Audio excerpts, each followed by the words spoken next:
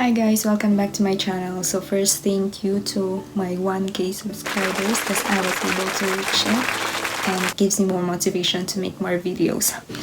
So first, please don't mind if I'll be looking down because I have my notes here and I'll be speaking in English because I think this topic will be essential to all the international students who wants to come here in Canada.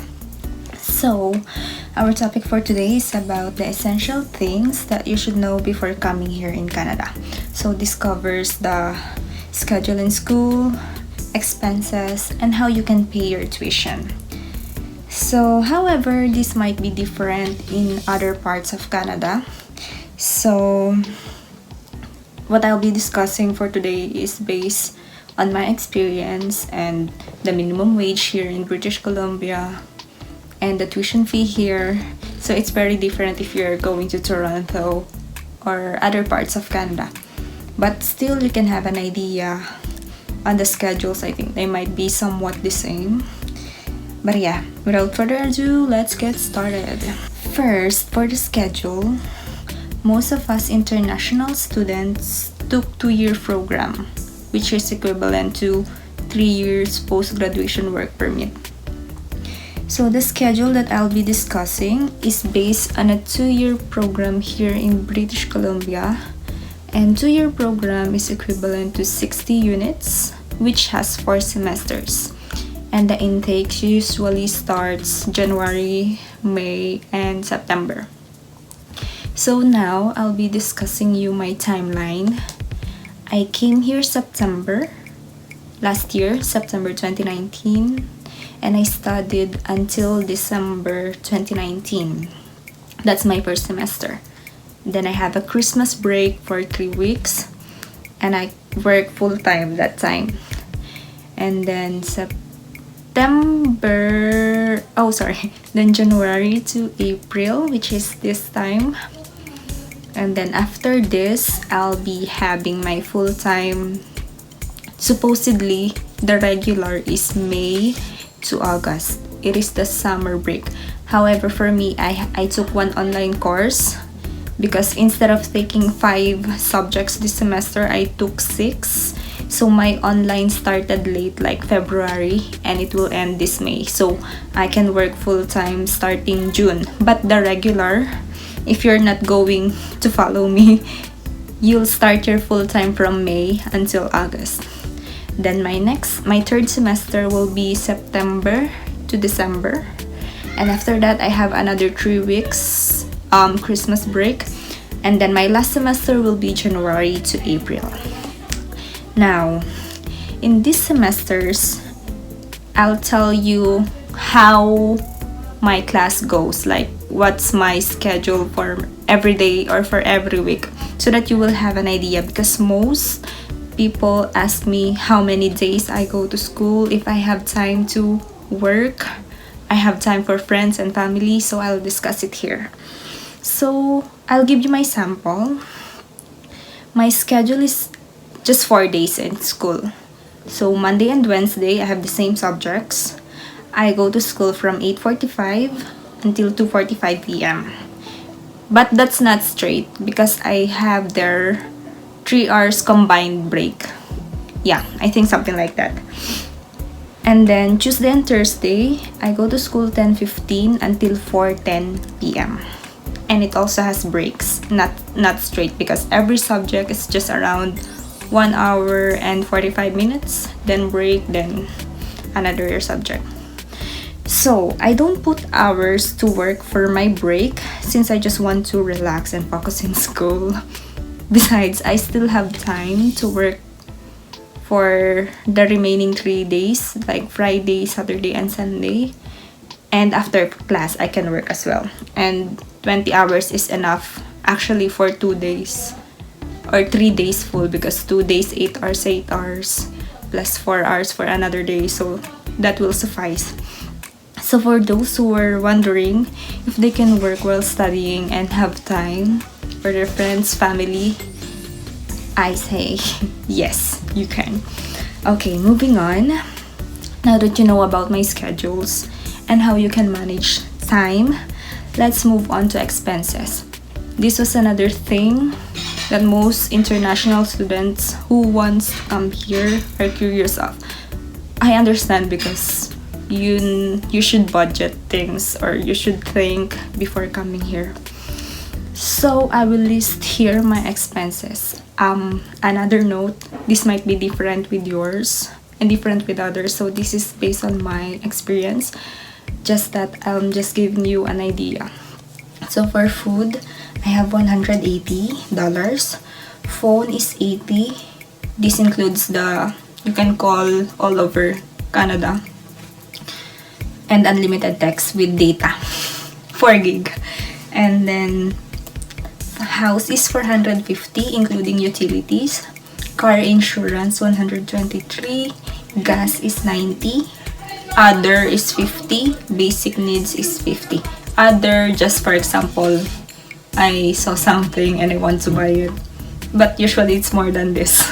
Okay, so the total is $1,023. Now, if you don't have car, which is cheaper, you don't need to pay for the car insurance and gas, which will save you $213. So, how can you pay these expenses if you only work 20 hours a week? So, the minimum wage here as of now, April 2020, here in British Columbia is $13.85. So, $13.85 times 20 hours is equal to $277. So, you're earning $277 per week if you will complete your 20 hours. Times 4 weeks, which is equivalent to 1 month. Every month, you will be earning $1,108. So, if you will less $1,108 with my expenses, $1,023, I still have $85. But in real life, I don't save. Anyway, so if you were saving and not spending much like me, you can save at least $300 per month if we will remove the car insurance, which is $123, the gas $90, and my other expenses that I'm saying, which is $50. So let's round it up to $300 per month you can save. Now, I'm saying part-time job is just enough for living expenses. So how will you pay your tuition? For those who's planning to pay their 1-year tuition before coming here, is the safest way, because your only problem will be the next 1-year tuition fee, which is around 10k to 11k or 12k. We never know because price increases, but as of now it's just 10k. So if you are saving $300 per month and you came here September, your first sem, and by December you have 900, since 300 times actually it's 4 months, but I just rounded off to 3 months, so you'll save around 900 because September 1 to December is around 4 months, something like that. Then if you continue saving until April, which is your second semester, the end of your second semester, you save $1,800. So let's set it aside first. Now May comes, which is the summer break. You have 4 months to work, and in these 4 months you can work any hours that you want. If you don't want to sleep, you can, if you can. So for example, let's do it like this. You have 2 jobs. You work on one job 40 hours and you work on the second job 20 hours. So it's equivalent to 60 hours per week.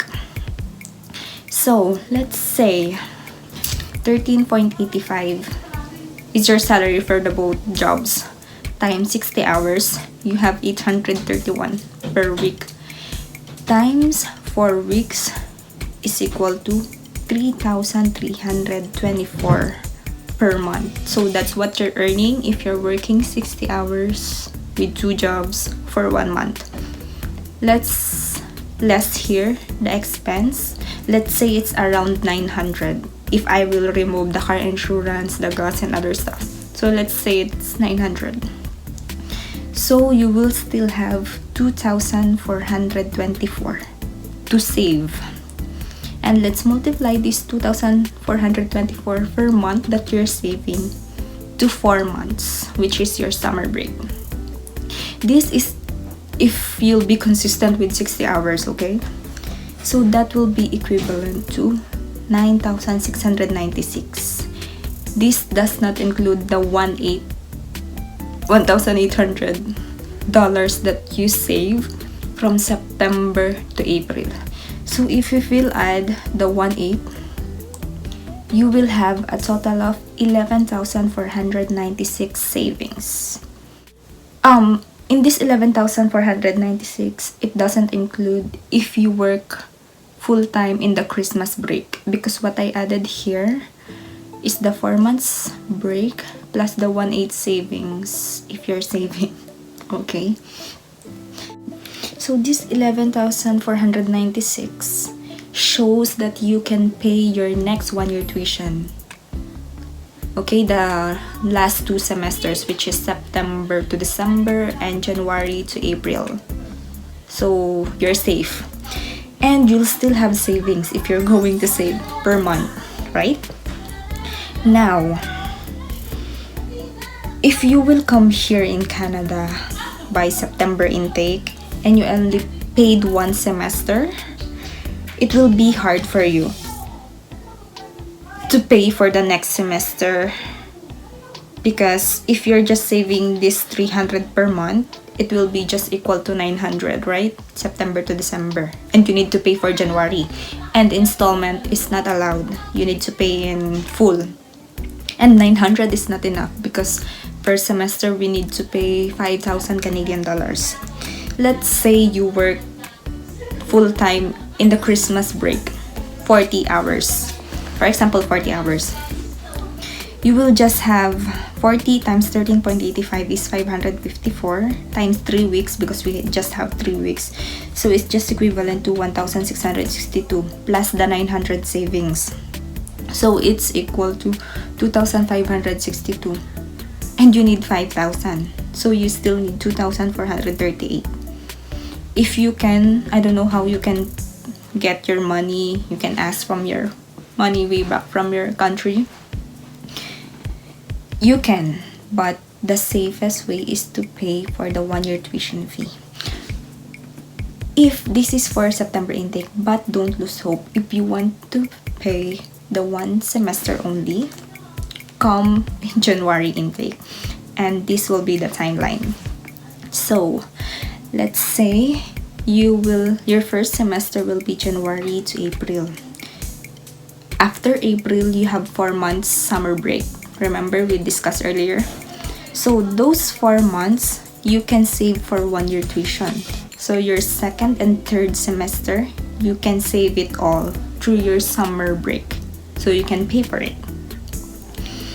Now, for your last semester, it's really very easy. Because I'll do it again. January to April is your first semester. Then Christmas break, you will save for your 1-year tuition fee, which is September to December and January to April. And your last semester will be September to December. And that September to December, you can save it through another summer break. So, you can come here with just paying 1 semester, but the safe way is to come here January so that you have a lot of time to save for the another 1 year, because it's really hard if you will come here September, then you just have 3 weeks to save for the next semester. Unlike if you're coming January, you have 4 months to save for the 1 year, September to April.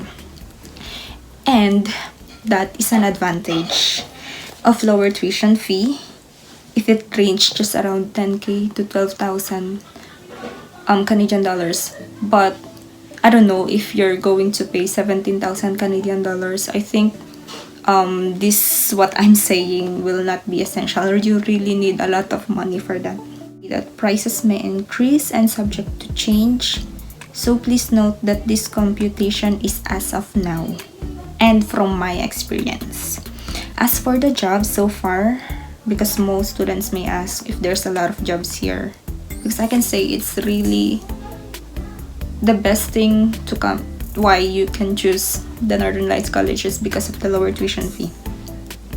So far for the jobs, most students were hired here at around 1 month to 2 months. But we never know, especially when a lot of students will be coming here, if there will be more jobs, because this is just a small town, I'm saying. So it's still a risk, but I don't know, you can try, you may not. It depends upon you. But this is what just I'm saying. So my advice, if you're coming here in Canada, you should be prepared, have backup plans, because a lot of things may change or happen.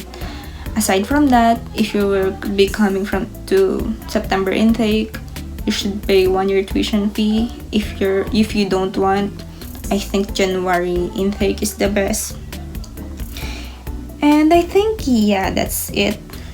If I have discussed everything, if there's more question that you need, just comment it down below or email me.